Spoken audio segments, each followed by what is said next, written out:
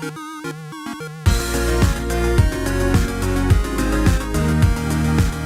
everyone, welcome back to another Anime Kingdom reviews. You see by the title below, yes, this is on episode 3 of Rewrite, and by the looks of it, the ending of the Moon Route. So, yeah, how did I feel about this episode? Holy crap, it starts off really nice. You know, we have the Occult Club back together again.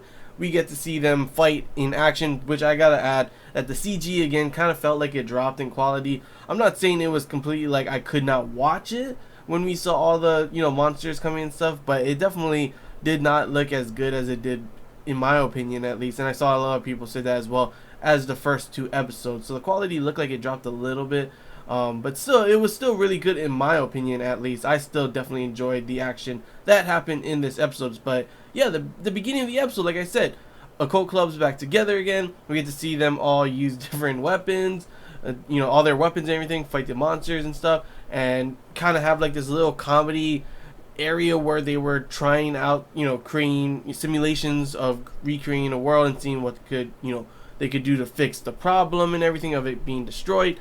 And that part, it, you know, usually when it comes to when I was watching like the first scene and stuff, I was like, there's too much comedy. But in my opinion, they did a good job of showing that comedy and having all of them together again, and, you know, laughs and joy and stuff. And it did a really good job of making you feel really like, man, it feels good to have the Occult Club back together again, you know?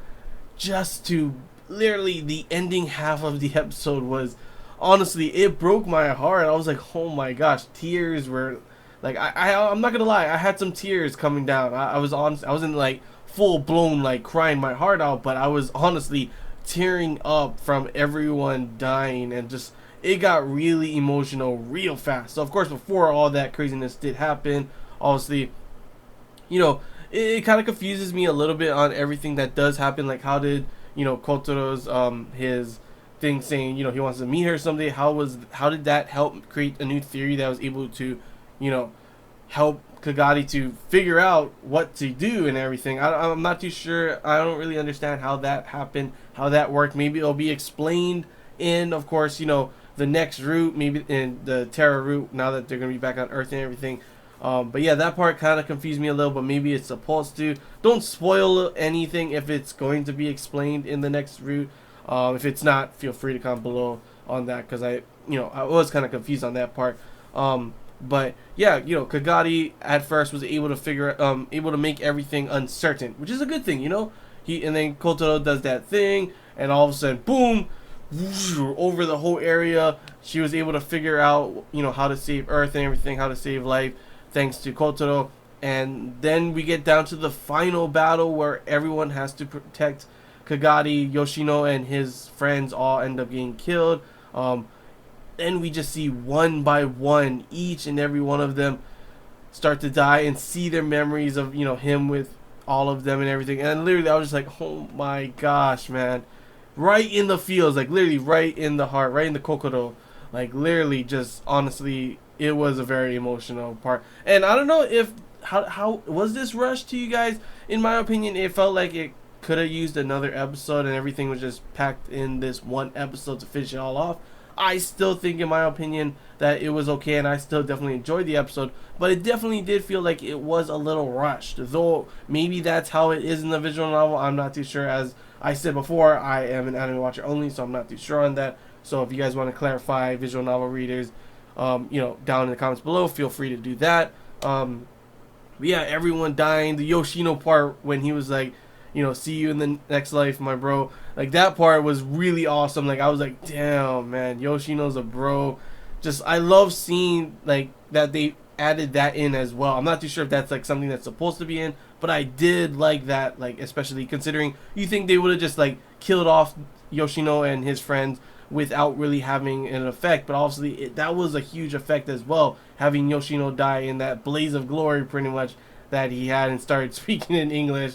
But yeah, then of course you think, whoa, what's gonna happen now? He has to protect, you know, Kagadi still, yeah, and there's a huge army, man. I mean, a huge army. Like, how the heck is Kashima Sakura able to, you know, summon this much? Like, I don't even know how, like, how is she that powerful? It's pretty damn crazy. I'm pretty sure they will maybe explain it in the next arc, or I saw someone said it's kind of hard to explain. So I don't know, hopefully they start explaining a little bit more in the next arc so I can understand how the heck she's so powerful that she's able to summon all these monsters from different, dimensions here. Like, what the heck?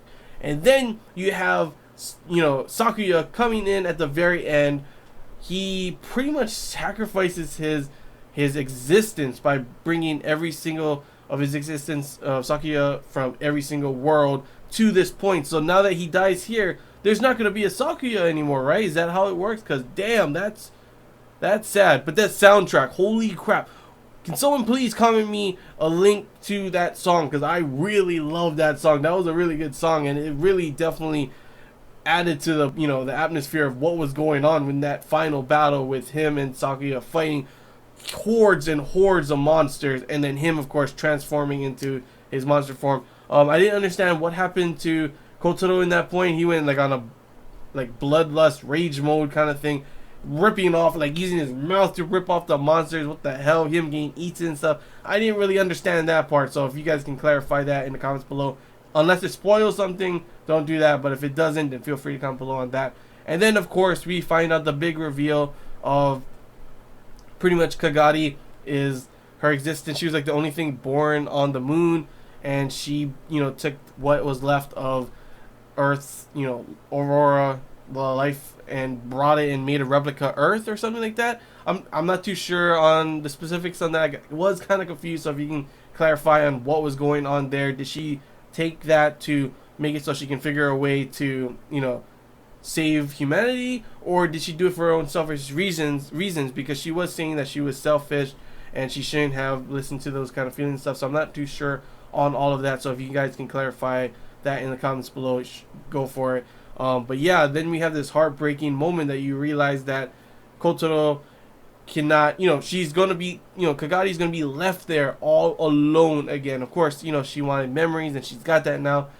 But damn, that's just horrible. She's going to have to live there alone. I don't know what's going to happen in the next arc at all. That's one thing that's really got me confused, but excited at the same time to see what's going to happen in the next episode.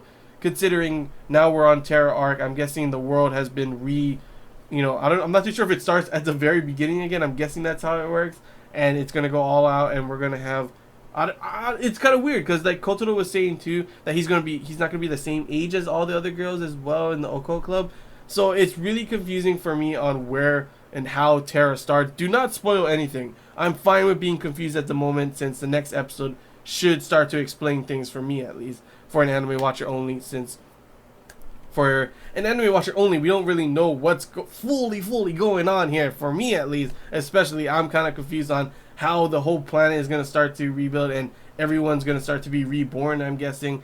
What's the main threat? Is it still Kashima Sakura? Because then, fuck her, seriously. And I'm guessing that Kotaro is going to have to do something to save everyone again. Maybe save Kagari as well. I'm not too sure, but I'm definitely excited to see what's going to be coming in this next route and see if it will be just as good as it's been for the moon route. Because so far, how the moon route went, loved the first episode. Second episode was even better in my opinion. Third episode felt a little rushed to me, but I still definitely enjoyed it. Definitely a crazy finale for this arc, hands down for sure. Really gets me wanting to go and get the visual novel myself and go through it, which I keep saying, I said it in the ending of the first season that I would maybe go and check it out. But I'm going to try and wait till the ending of this whole season in general. Then I'll go check out the visual novel itself and see what's all the craze about, since I know you guys and everyone really, this is one of the best visual novels ever. And a lot of you guys love this. That's why you are so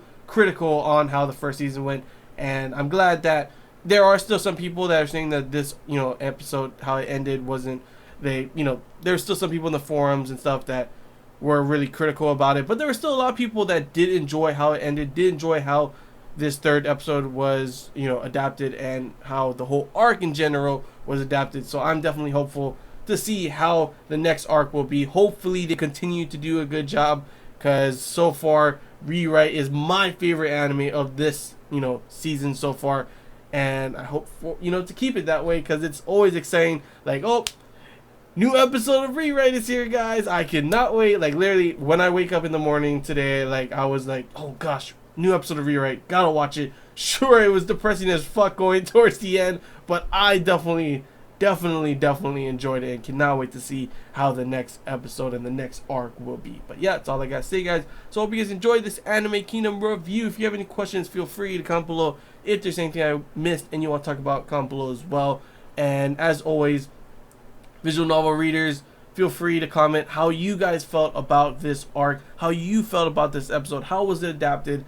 Answer any of the questions that I had. Feel free to do that now in the comments below, because honestly, I always love to hear the opinions of how it was adapted from, you know, the people who have read the visual novels. That's the most interesting thing. And as always, anime watchers only, feel free, do not be afraid, feel free to comment below as well what you thought about this episode, what you thought about the arc, the moon route in general. What do you think is going to happen in the next one? Obviously, because you guys don't know either, and what you say isn't going to be spoiling. But if you do know, don't spoil it. No spoilers at all in the comments, guys. Please, no spoilers. But yeah, that's all I gotta say. So if you guys enjoyed, if you did, don't forget to like. And if you haven't already, feel free to subscribe for more content. And that's all I gotta say, guys. So till next time, see ya.